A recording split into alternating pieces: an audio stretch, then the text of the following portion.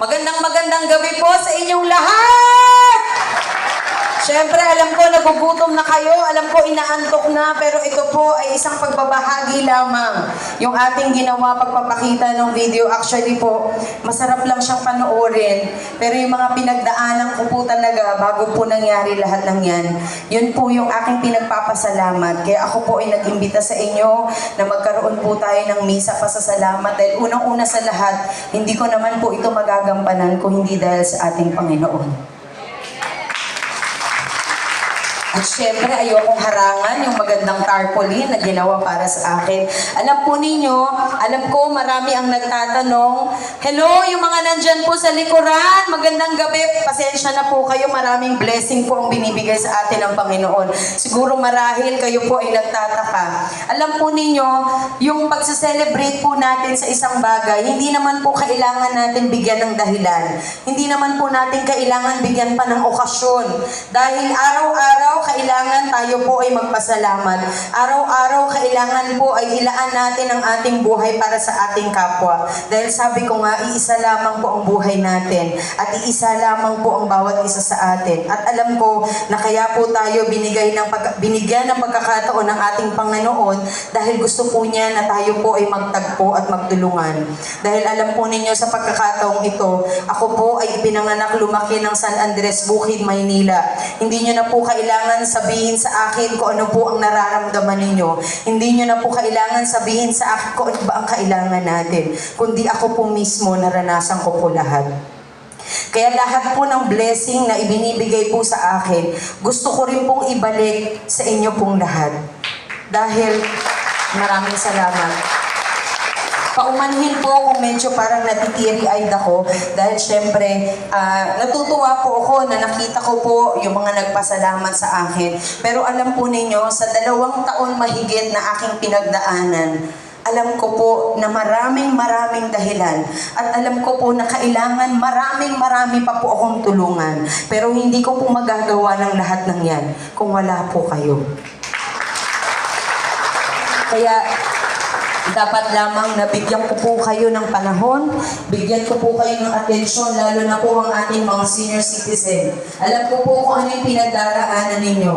Dahil alam po ninyo, meron pa akong mga magulang. At ang mga magulang ko, ang isang magandang ehemplo ko, na ang pagmamahal po sa kapwa ay hindi binibigyan ng dahilan at hindi rin binibigyan at tinutultukan. Kung hindi yung pagpasok ko po sa politika ay naging daan lamang upang ako po ay mas mamulat pa sa katotohanan na kailangan po natin ng bawat isa.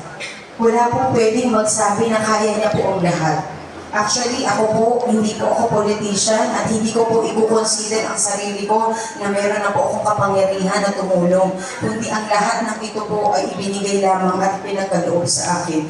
Napakalakas po ng dasal at lahat ng nagdarasal po sa Kanya, pinapakinggan niya.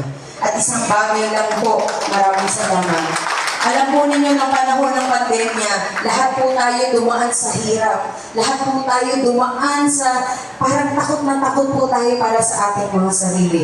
Bawat butil ng bigas, mahalaga po sa atin.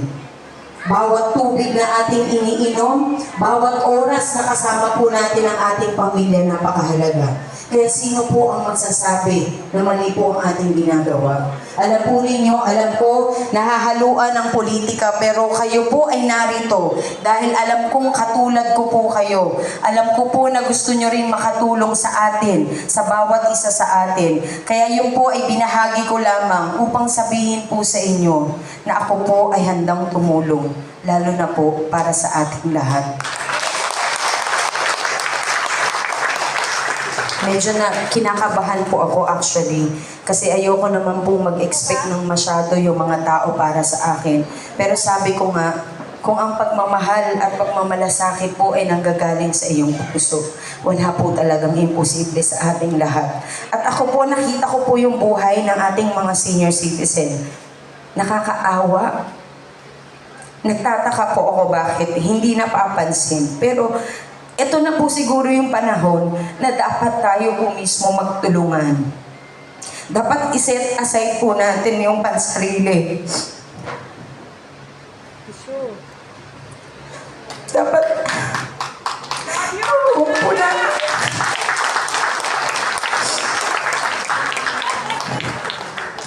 Huwag po natin haluan ng politika yung ginagawa po natin. Kasi kung hindi po tayo kikilos, salamat. Kasi kung hindi po tayo kikilos, wala pong mangyayari sa atin. Kailangan meron po tayong paninindigan. Kailangan meron po tayong totoong puso sa pagtulong. Dahil kawawa naman po yung mga anak natin. Sino po ang magtataguyod sa kanila pag nawala na tayo? Kaya sinasabi po ng mga tao, ano ba talaga raw ang bala ko sa politika? Alam po ninyo, wala akong balak. Pero pag ang tao po ang nagsabi sa akin, yan po ang gagawin ko.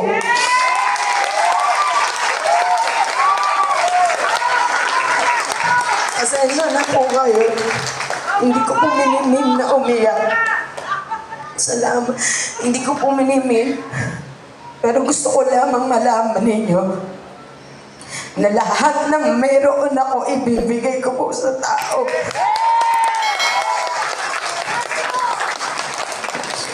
Proud po akong sabihin na bawat sentimo na ginagastos ko ay galing sa sarili kong paghihirap. At yan po ang isang bagay na hindi nila magagawa. Madali pong sabihin na kapag mayaman ka, kaya mong tumulong. Madali pong sabihin na kapag meron kang hawak, madali kang tumulong. Pero masasabi mo lamang yan kapag hawak mo na po. Kung ano ba talaga ang pagkatao mo at nararamdaman mo. Sa 2 taon mahigit na ako po ay bumababa. Gusto ko pong yakahapin lahat ng nahihirapan. Gusto ko pong iparating sa kanila na may pag-asa pa rin dahil may mga taong katulad po natin na marapat lamang na ang mga senior citizen ay magkaroon ng totoong programa. Hindi yung inaapi kayo, hindi yung bibigyan kayo ng expired na pagkain.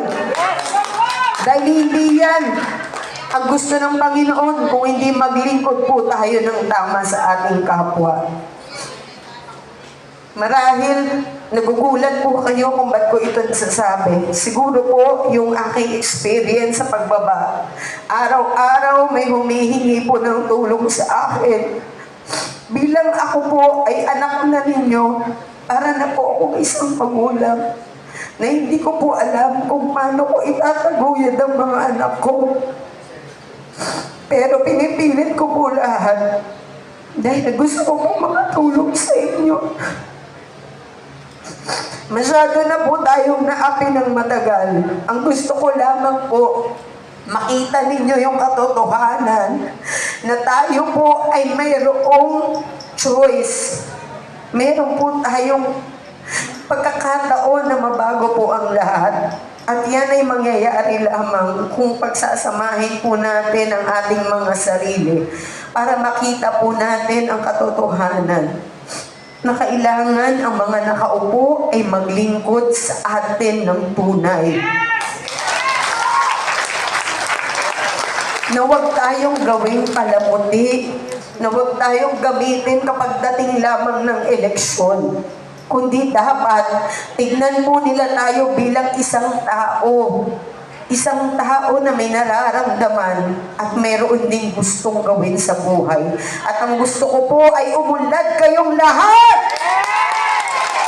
At lahat po ay gagawin ko para magampanan ang programa ng lahat ng mga senior citizen na makatanggap ng 2,000 kada buwan. Na magkaroon na kayo ng libreng gamot at mapansin kayo sa mga ospital. Na hindi nyo na kailangan magmakaawa kahit kanino. Na hindi nyo na po kailangan ipagbenta yung boto ninyo. Kung hindi ito pong programa ang magsasabi sa atin na tayo po ay may pag-asa pa basta magtulungan lamang po tayo. Kaya maraming salamat po sa inyong lahat sa pagtitiwala po na ibinigay ninyo sa akin. Alam ko naman po yung pagpunta nyo rito dahil gusto nyo po ako mapakinggan at gusto nyo po malaman kung anong aking adhikain. Unang-una sa lahat, gusto ko lamang pong makatulong. Hindi ko po hinangad na ako po ay sumikat. Hindi ko po hinangad na magkaroon po ako ng kalaban. Kung hindi sabi nga nila, sa politika pagdaraanan mo lahat. Pero dahil po sa inyo, kaya nandito pa rin ako nakatayo sa inyong harapan. Kaya sana po, pagpalain tayo lahat ng Panginoon na lahat po ng ating programa ay matupad. Yung aking livelihood program na maibaba po sa bawat barangay, kahit ako po ay inaawat nila, kahit na tinatapon po nila yung tarpaulin ko, kahit pilit po nilang tinatakpan yung aking programa, pero ako po ay lumalaban sa buhay dahil naniniwala po ako na ito po ay isang tunay na paglilingkod para sa ating lahat. Kaya para sa inyo, sa mga leaders na nandito po ngayon, ang pagluha ko po ay luha lamang ng pagmamahal. Hindi po ito luha ng isang kahinaan. Dahil alam po ninyo, hinahamon ko pa nga sila pero wala naman pong bumaba. Joke ko lang. Hinahamon ko nga sila na makilala ko sila ng personal. Dahil ang gusto ko sana, kami naman ay magkasundo para rin po sa inyong lahat. Kaya lang, syempre kung hindi pa ho handa ang lahat at hindi pa handa ang pagkakataon, kayo naman po ay nandito. Dahil ang gusto ko lamang, magkaisa tayo, maibaba ko yung programa sa bawat barangay at sana po ipaglaban ninyo ang inyong karapatan. Okay po ba sa inyong lahat? Siyempre, ang ganda-ganda ko rito, di ba? Sabi ko nga, naiyak din ako. Sana pumayat na ako, maging ganito na rin. May kasamang luha. Pero wag po kayo mag-alala, kasi ako naman, kung ano po ang gusto ng tao para sa akin, siya lamang pong susundin ko. Dahil ako naman, wala naman po kong hangad sa buhay na masyadong magarbo. Alam po ninyo, pinilit lang ako na magsuot ng jacket na kuminang daw. Kasi nga baka mag-brown out. Joke lang. Baka mag-brown out, at least makita nyo pa rin po ako. Pero ako po, napakasimple lang po ang pananaw ko sa buhay. Makita ko lang po ang mama at papa ko na okay sila. Makita ko lamang si mama na hindi siya pipila sa City Hall dahil sa 500 pesos, okay na po ako. Dahil si mama nga, ang katwiran niya, yung 500 pesos, pakiramdam niya buhay pa raw siya dahil meron pa ng tulong ang gobyerno sa kanya. What more pa kung maging 2,000 kada buwan ang para sa senior citizen. What more pa kung may libreng gamot ang mga senior citizen. At syempre, yung head of the family, yung mga single parent, na syempre dapat po natin tulungan para sa mga programa. Alam po ninyo, nag-iisa lang po ako. Maliit na babae lamang po ako. Kung titignan po ninyo paano ko kakayanin ang lahat kung wala po akong paniniwala sa Diyos at sa aking sarili at sa inyong lahat. Kaya ako po ay nagpapasalamat mula sa aking puso talaga. Na ako po talaga, sana, kung ano man po ang marating natin, gusto ko lamang merong puntahan po ang lahat ng ating ginagawa. Para sa mga senior citizen! Na ang totoong programa po ay maibaba sa inyong lahat. Kaya lahat naman po ay gagawin ko. Mahirap pong mangako. Pero nakita po ninyo, hindi naman po ako napapako. Kaya maraming salamat. Siyempre, andito po, magbibigay ako ng 5 kilos ng rice. Meron po akong parapol at meron po akong mga cash prizes katulad nga po ng nabanggit kanina. Dahil siyempre, kailangan kumain na po tayo ngayon. After po kumain, magra-raffle draw na tayo kaagad. Yung mga nagbigay po ng pangalan kanina sa entrance, magbibigay po tayo ng papremyo kasama po kayo sa raffle draw. Okay po ba na kumain muna kayo? Ayoko kayo nanghihina. Ayoko naiisla sa mga senior citizen.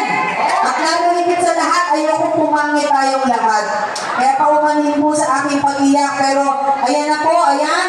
Mag-umpisa na po tayo kumain. Pwede po yung pumila, 2 po yan. Siyempre, para sa inyong lahat. Maraming salamat po. Mamaya aawitan po kayo. Magra-raffle draw po tayo ulit. Maraming salamat po. Alright. Once again,